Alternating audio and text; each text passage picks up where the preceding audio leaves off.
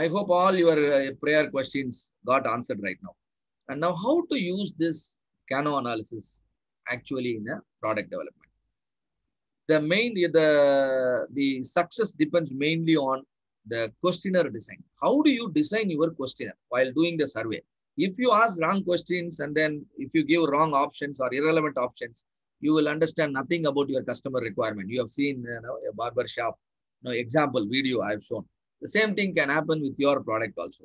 So ask two questions always about each and every feature. One question is called functional question. The other question is called dysfunctional question. Let me ask first question for a printer example. If your printer can print A4 sheet, how do you feel? And now I'm giving you some option, right? I like it that way. I expect it that way. I am neutral. I can accept it to be that way. I dislike the product. Now there are so many options. Now what is the option your customers are telling? They expected that way. They expected the printer to come with a feature to print in A4 sheet. Now this is the option. How do I say this is the option? Most of the customers gave this answer only. If you ask, 10 people can give 10 different answers, indicating that your sample size is not sufficient. Now increase your sample to maybe few thousands. And now you will understand a major percentage of your customer segment are giving this option. And that is why I put it in the green color. And now I ask a dysfunctional question. What is dysfunctional question? If your printer cannot print in A4 size, how do you feel? Now all this, your survey respondent, all of them are telling that I dislike the product. Now, do you understand? I asked two questions. First question is in a functional way. Second question in a dysfunctional way. Now, what is your understanding? What kind of feature it is? Can you make a guess? It's a must be, sir. It's a must be. Very good. It's a must be. When the functional question, see here, for the functional question, the answer is here. No, the expect. People are expecting all the printers, probably, a budget printer of 15,000 rupees budget should be able to print A4 size. This is customers' expectation. They expect the product to have that feature, and that is here. But for the dysfunctional question, they said if that feature is not there, they will dislike. That means it is definitely a must be. Clear? Now, one more example. If your printer can print 60 sheets per minute, how do you feel? In 1 minute, it gives you 60 printout. It's very fast, isn't it? Now, you will like the product. Now, I go with a dysfunctional question. If your printer cannot print, right, how do you feel? Now, see, always the context and the time has to be understood. Suppose if you are looking at a printer where printing speed is your concern, and now first question, if it can print, most of the customers are responding like, no, they like it. But if it cannot print, they are saying that we will dislike. Now, what is this feature? If it prints, they like it. If it doesn't print, then they dislike it. It's a performance feature. Very good. Performance, or you call it one-dimensional, isn't it? So the questionnaire and the options can only let you understand what your customer is thinking about a particular feature in your product. So it's very, very important you design your questionnaire correctly. There are many people who do research, there are many people who do the product development. They have to give proper importance while designing the questionnaire. And this table, I'll share this, all these materials with you. This table will help you to classify. See here, customer likes it for a functional question. But for dysfunctional question, customer dislikes it. That means it leads to one-dimensional, nothing but performance feature. Now, if your printer has a Wi-Fi capability, how do you feel? All your customers are saying they like it. If the customer doesn't have the Wi-Fi capability, and somebody says, not somebody, most of the customers are saying that they can accept your product that way. Now tell me, what is this feature? If Wi-Fi is there, it's a delighter. It's a delight. Very good. It's a delight, right? Attractive. So if it is present, they are liking it. If it is not present, they still accept your product. That means they're not expecting the Wi-Fi compatibility. So that is attractive. But see here, it is not applicable to all printers. It is not applicable to all customers. It is applicable only to your customer segment. People who can spend only, let's say, 15,000 rupees for a printer. That too a multifunctional printer. For them, this is okay. But if somebody who can put 50,000 rupees, for them, the same feature can become a must-be feature, right? So you have to understand your customer properly, first of all. What is your population? What is your sampling frame? These are very important, right?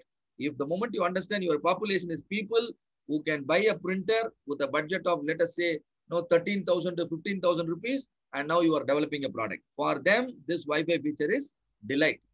But for somebody who is looking for a printer in the budget of 30 to 40,000 rupees, the same Wi-Fi may be a must be. If you poorly understand, then your product will be kicked out of the market. And this is what happened to Nokia also. All of you hope you know the story of Nokia, isn't it? The customer wanted Android, but Nokia didn't realize that. Customer thought Android as the must be. And that is why we are seeing the Android feature in all the mobile phone. But Nokia poorly understood that. As a result, though they were a market leader at that point of time, they were number one. That moment Android entered. But Nokia denied to have the Android feature in their mobile. As a result, Nokia was completely kicked out. Now they are re-entering the market and not even finding a place in the first 10. So the same thing can happen to any product and any service. And now the last. Yes, any question to me at this point? Yes. So can we move back to the last slide? Sir, how we are putting the answers over here in the dysfunctional questions, Q, R, R, R. How we put? No. This is clearly based on the Kano model only. Our understanding on I only simplified the job for you, right? Like the theory we know what is the must be and what is the performance and what is the delight, indifferent, and then reverse. How the customer decision evolves, based on which just we created a template using which the Kano theory will be applied here. Clear? In all the slides, it is same only. It is same. All right.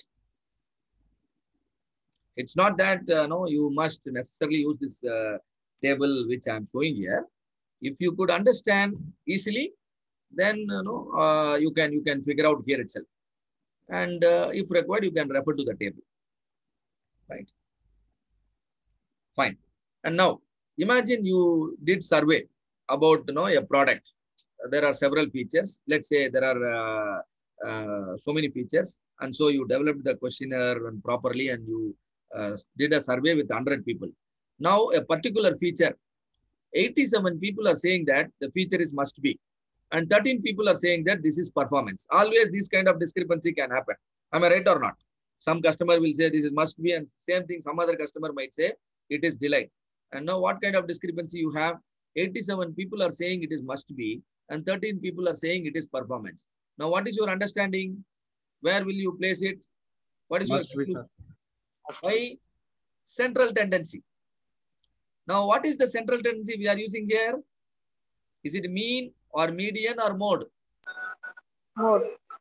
Beautiful. This is now you are using mode as the central tendency, and you are using that central tendency for your conclusion. Now similarly, the another feature, 87 people are saying it is performance and 13 people are saying it is must be. Now you will respect 87 people's view, but not the 13, because if you respect 87 people's viewpoint, then many people can support your product. So you will now classify that as performance feature. And similarly here, 87 people consider the particular feature as a delight, but only 13 they consider it as a performance. And you can understand. And also it gives you a clue. These kind of people are your clients. These 87 people, their nature, their behavior, their salary level, that is going to be your customer segment. The 13 may be, sometimes this happens. Some sampling error will happen always. So this 13 may be a sampling error, but however, the higher proportion is helping you to classify this as a delighter.